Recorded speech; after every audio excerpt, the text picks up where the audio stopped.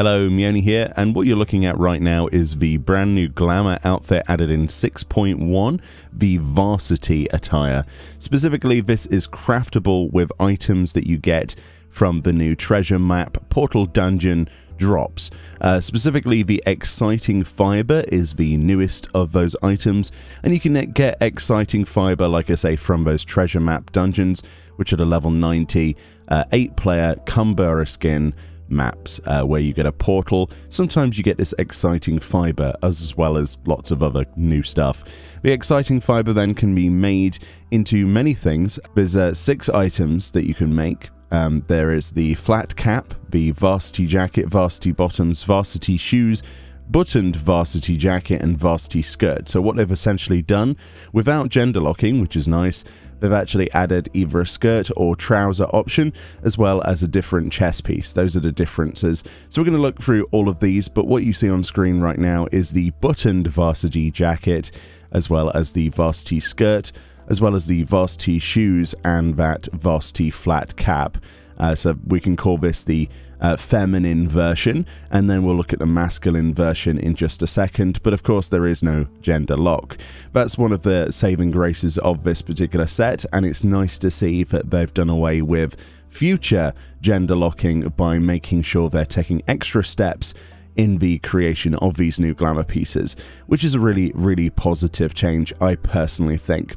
As you can see though, the button varsity jacket is fairly, clunky looking. A lot of people like this. It kind of, I'm not really sure what varsity is. Maybe I need to Google that, but to me, it's just an interesting jacket. I'm not sure if me personally I like this particular set. It's not my favorite, but there are elements of this I will probably reuse for other sets. It's one of those that I would probably make a couple of bits. Specifically then, I would like to draw your attention to the varsity flat cap first. One of the major parts of this is the fact that there are actually glasses. The glasses are actually toggleable with the /visor command, as you can see. I've bound this to a button here, so you can have it just as a beret, sort of flat cap on the side of your head, or of course if you toggle the visor on, you get some glasses. This is a step forwards towards having glasses, face wear as well as head wear at the same time, and I actually personally like this option much more than I do of fashion accessories. The main reason, of course, is because like this, we can use this in combat, and it basically stays the same regardless, whereas fashion accessories such as the false spectacles, which albeit do look amazing, as soon as you go into any dungeons you can't use them. So I think that this is a much better option, and hopefully they add more glasses to certain helms as a visor toggle, because I think that's the best use of that toggle that we could hope for.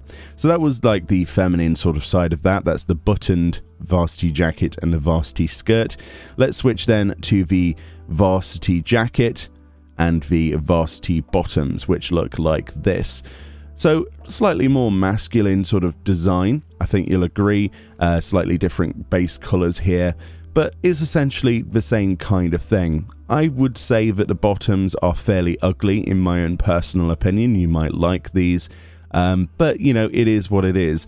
But it's nice to have that capability to put these on my female character, for example, whereas previously with other glamour sets that were introduced into the game, this would not be, of course, possible because of gender restrictions. So yeah, huge shout outs honestly to Square Enix for allowing this. I think this is definitely the way to go forward.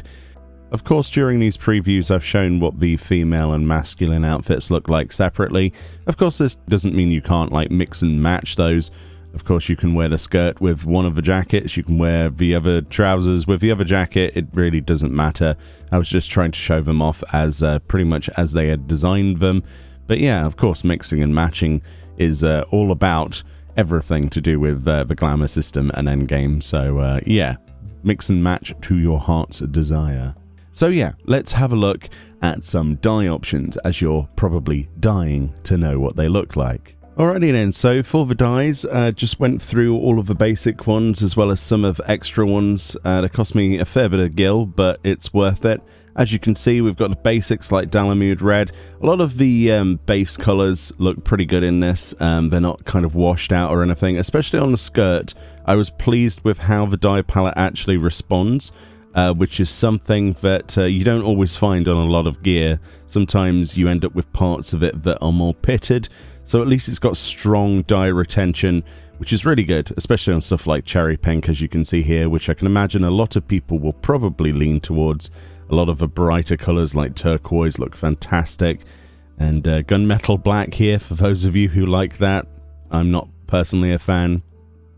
Pure white and jet black, possibly one of two of the most popular dyes ever in Glamour. Looking pretty good. Now we're onto the metallic stuff then, leading off towards the end of this feminine side. The metallic dyes look pretty good in places, but again, will anybody really walk around with a metallic red or metallic orange outfit? Maybe you do. Maybe you're daring.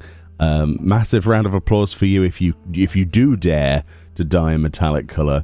But yeah, so that's the feminine side of things. Now we're going to move on in just a minute after purple, glorious purple, and then we'll move on to the masculine set as well. Basically, just a different jacket and different legs. So the trousers and the other jacket.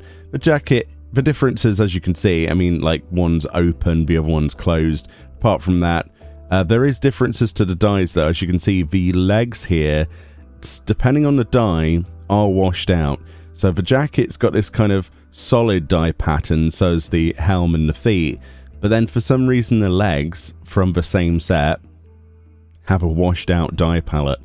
This is another reason I don't like these trousers or these pants if you're American.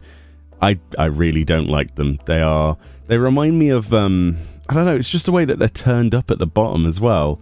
They're really weird. I am not a fan of these. And also this particular jacket I would probably not use myself. I would probably use the buttoned one, simply because of the undyeable grey jumper. You know, the sweater underneath the jacket. Not a fan of that personally, especially grey. I think that looks awful. The metallic dyes then, this is what those look like. But yeah, there's a variety of different looks if you are into that. But again, I dare somebody to wear metallic orange in one of these outfits and make it look good. It's very difficult to do. But yeah, it is what it is. I thought I'd include this. A lot of people ask for dyes, so there we go. We've scratched that particular itch, hopefully, with the dyes I've shown. I did miss off a couple of dyes like brass. I'm sorry about that, but it is what it is. I could not afford every dye all the time. Every time we do one of these. So let's move on to other things now. So you'll notice then one of the big elephants in the room would be, does this work on Viera? The answer is actually yes. So the helm is one of the few helms in the game that does work on Viera. I shouldn't say that now, there's quite a lot of helms, but there's a lot of new stuff that gets added to the game, as we saw with the PvP Glamour, where the helm just doesn't show. So it's nice to see that this one does. It's kind of like on the side of the head. Looks alright, I suppose, if you want that helm, but it is just a beret. But it is nice to see that the glasses work on there as well with the toggle. So I suppose that's a good thing. But yeah, that's pretty much it. Yeah. So what do you think about the set? Personally, I think that this particular set is sort of a mixed bag. It's not my favourite. If I was to draw any likes from this at all, I would say that the buttoned varsity jacket is definitely the better of the two jackets. The skirt's better than the legs, like the leggings, the trousers or pants. And I think the highlight of this is probably the beret, the helm, but not because I like it, but because I like the idea of having a toggle visor with glasses. And I think that's how they should have done glasses interactions anyway, as headwear at the same time as facewear, rather than fashion accessories as we talked earlier, because the ability to wear this in combat is more important to me than a fashion accessory that lasts for a few seconds whilst I'm in a sanctuary, and then if I'm in combat, boof, there goes my fashion accessory. I think that needs to be addressed a little bit more, and I think this is the way to do it. Like I say, I might not like the set, but I like the ideas present, and I hope they continue with that. Anyway, much love, enjoy the rest of your day. More videos from 6.1 on the way, and I'll see you all next time. Bye-bye.